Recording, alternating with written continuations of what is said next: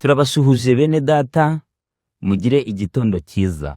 Uyu ni wa mwanya wacu dusanzwe dufataniriza hamwe kwiga icyigisho cy'icyumweru.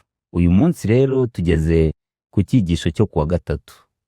Ni icyigisho cyiza, ni icyigisho tugiye gufashwamo na Aimable Nshimiyimana hamwe na Nzabamwita Pierre.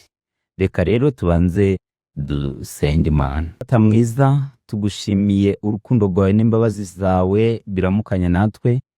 Mubyeyi, uduha umugisha wo kumenya ijambo ryawe no kuryitaho kugira ngo ryerere imbuto zo kwihana mu bugingo bwacu, mu izina rya Yesu, amen.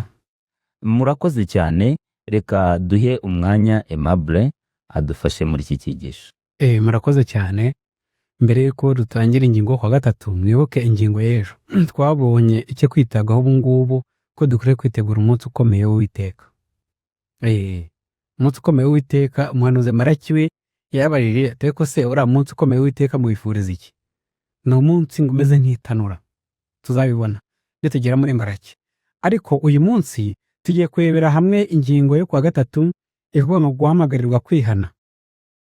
Buriya kwitegura umunsi ukomeye w'Uwiteka kwiza ni ukwihana. Ni ukwihana kugira ngo umuntu abashe kuzajya mu ijuru n'uzaba warihana. Kuko kwihana ni ikintu gikomeye cyane, nicyo gikorwa umunyabyaha akora kigashimisha Imana. Rero ikibazo cya A kirabaza kiti, ni ubuhe bwishingizi Imana iha abantu bihana bikuye ku mutima? Umuntu wese wihana abikuye ku mutima, Imana mu bwishingizi. Kandi umuntu ni w'agaciro kenshi mu maso y'Imana kuko ashobora no guhindura imigambi y'Imana. Mureke mwemere data dusomere muri Yoweri 2:12 na 13. Muri Yoweri 2:13 reka twumve amagambo ahari. Uwiteka aravuga ati, ariko n'ubu nimungarukire n'imitima yanyu yose, mwiyirize ubusa, murire muboroge. Imitima yanyu aba ariyo mutanyura, mureke imyenda yanyu, muhindukirire Uwiteka Imana yanyu, kuko igira impuhwe, yuzuye n'imbabazi, ntiyihutira kurakara, ahubwo ihorana ibambe ryinshi, kandi yitangira kuzana ikibi. Urasomye ngo imitima yanyu aba ariyo mutanyura. Kera mu Bisirayeli iyo birizaga ubusa, wabaga ari umwanya wo gushihura wo mu rugo. Umugaragu cyangwa se umukozi yakora agakosa ukamutura inabi ufite kuko wabaje umubiri.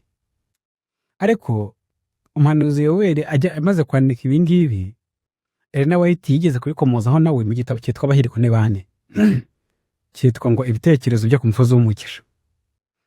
Ariko usobanura umurongo ngo imitima yanyu aba ariyo mutanyura, mukimije gutanyura imyenda yanyu. Aravuga ati, umugambi wo kwiriza ubusa ubundi Imana itubwira ntabwo ari ukubabaza umubiri kubw'icyaha cyo mu mutima, ahubwo ni ukudufasha kugira ngo turebe ububi bw'icyaha twicishije bugufi imbere y'Imana no kwakira imbabazi z'ubuntu bwayo, kuko Imana yategetse Abisirayeli iti, imitima yanyu aba ariyo mutanyura, mureke imyenda yanyu, maze muhindukirire Uwiteka Imana yanyu.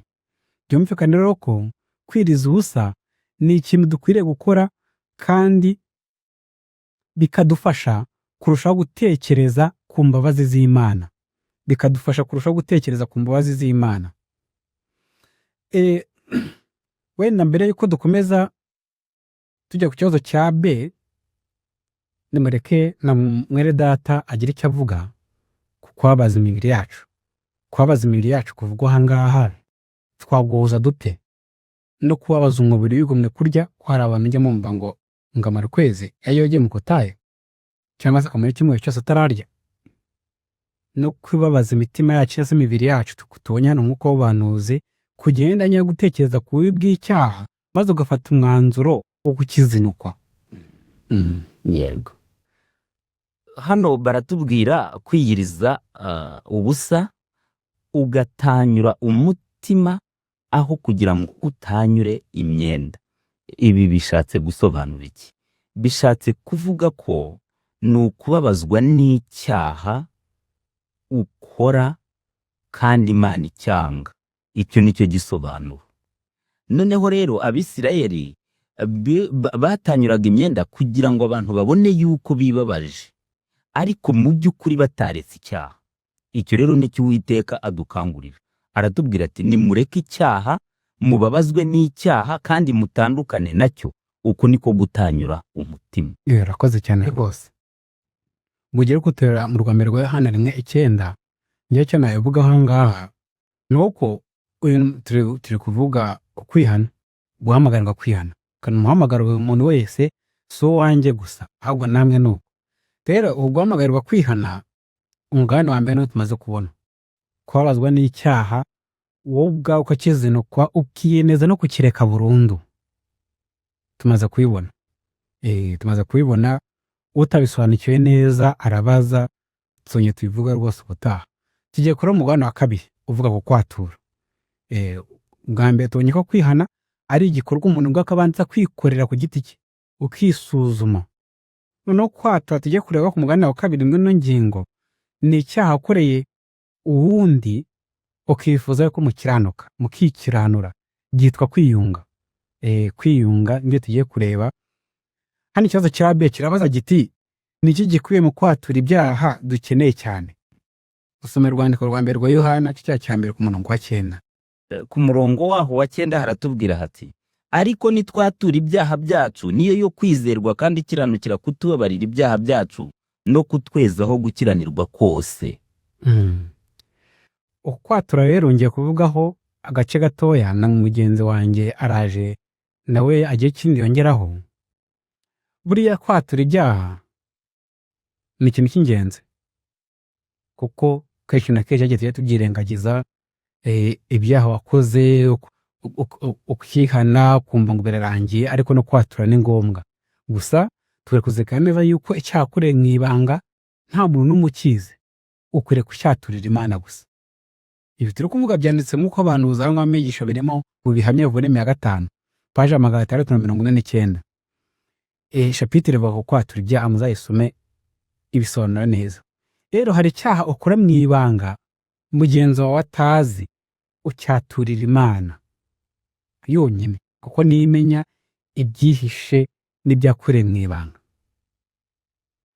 Neme data agiye kutubwira noneho ukuntu wakwaturira mugenzi wawe, uburyo bwiza abikoramo akurikije ibyanditse aha ngaha mu ngingo y'uyu munsi. Murakoze cyane. Aha rero bari kutugira inama yuko kwatura kwiza, hari kwatura kwiza ariko hari no kwatura kubi. Ugasanga umuntu agiye imbere, umugabo afite umugore aratuye ati jyewe nasambanye na runaka, kandi uwavuga basambanye nawe ari aho afite umugore. Umugabo we ntabi. Uku kwatura bwose ni kwatura kubi. Bibiliya rero itubwira ko ibyaha byakorewe mu rwihisho tubyaturira aho twabikoreye, aho nyine mu rwihisho. Niba ufite mwene so, mugenzi wawe, mwakoranye icyaha mu rwihisho, nta wundi muntu baro, musange nyine umwaturira icyaha wamukoreye mu rwihisho ari wenyine. Ariko icyaha cyakorewe ku mugaragaro, nanone Bibiliya iratubwira ngo cyaturire ku mugaragaro, kugira ngo abantu bose babizi, bamenye yuko watuye icyo cyaha. Ubwo nibwo buryo twaha. Amigisho no gukorera icyaha nacyo gukorera pe ako ntiheme. Singongo nze mbikubwira ngo burya ngo cyaye ngo n'ubutabimenye ngo nawe ukoreye ibingi. Iyo utabimenye ubwo ndagenda nkabyaturira Imana gusa. Rero mureke tuzirekane cyane yuko kwatura gukwiye, uko tubisoma mu bihamya, ni ingenzi, niko dukwiriye gukora. Kandi tuzirikane ko kwatura nako ari kumwe mu mugabane ugize kwihana. Ibyo rero byose turabihamagarirwa nk'uko ingingo y'uyu munsi yo kuwa 3 yabiduhamagariraga. Uwiteka adushoboze kugira kwihana bukwiriye no kwatura gukwiriye, kuko byose biri umugabane ugize ukwiyunga kwacu n'Imana. Mu gusoza iyi ngingo, icyo twarenzaho dusoza ni uko kwihana ari ngombwa. Kwihana ni ingenzi. Umuntu wese ushaka kuba umukandida w'ijuru, ushaka kuzajya mu ijuru, akwiriye kwihana akikiranura n'Imana, kuko nta muntu uzajya mu ijuru afite icyaha. Ni ukuvuga iby'Imana yasabaga Adamu, ariko gukiranga gushyitse gukwiriye kuzuye ni nabyo Imana idusaba natwe. Tuzabishozwa rero no kwihana binyuze muri Kristo Yesu, kuko muri Kristo Yesu mu Bakolosayi niko havuga, niho Imana yiyungiye n'abari n'ab'isi. Rero Imana idushoboza. Hari ikindi barenza tugasoza. kuba Kristo kuba Imana yariyungiye n'abari mu isi muri Kristo ni amahirwe yacu kuri twe, ariko ikibazo ni uko ayo mahirwe tuyapfusha ubusa. Uyu munsi ntitumenye yuko hariho amahirwe yo kwiyunga n'Imana. Amahirwe aracyahari. Uyu munsi turacyafite agahe kacu ko kwiyunga n'Imana, kuko muri Kristo ari Imana yiyungiye n'abari mu isi. Reka rero dusabe abaduteze amatwi, umuntu wese uri kutwumva amenye yuko ayo mahirwe agihari, kandi ko kwiyunga n'Imana gusa ari cyo Imana yemera nk'igitambo ishima. Memese mu gusoza uko kwatura no kwihana tumaze kubona ko ari ingenzi cyane, tukaba tubihamagarirwa kandi twese. Umuntu abikora ryari? Umuntu abikora buri munsi. Umuntu abikora buri munsi. Igihe cyose habonetse ikigutandukanya n'Imana, iyunge nayo.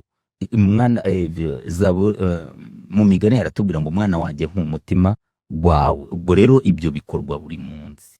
Pawulo yarahamije ati ngiye mpfa buri munsi, mpfa ku cyaha no ku narijye buri munsi. Nimureke rero buri munsi uko tubyutse, buri munsi uko bwije n'uko bukeye, tujye tugira umwanya wo gusenga Imana mu rwiherero, tubonereho n'aka kanya ko kwatura no kwihana imbere yayo, kandi Uwiteka Imana abidushoboza mu izina rya Yesu.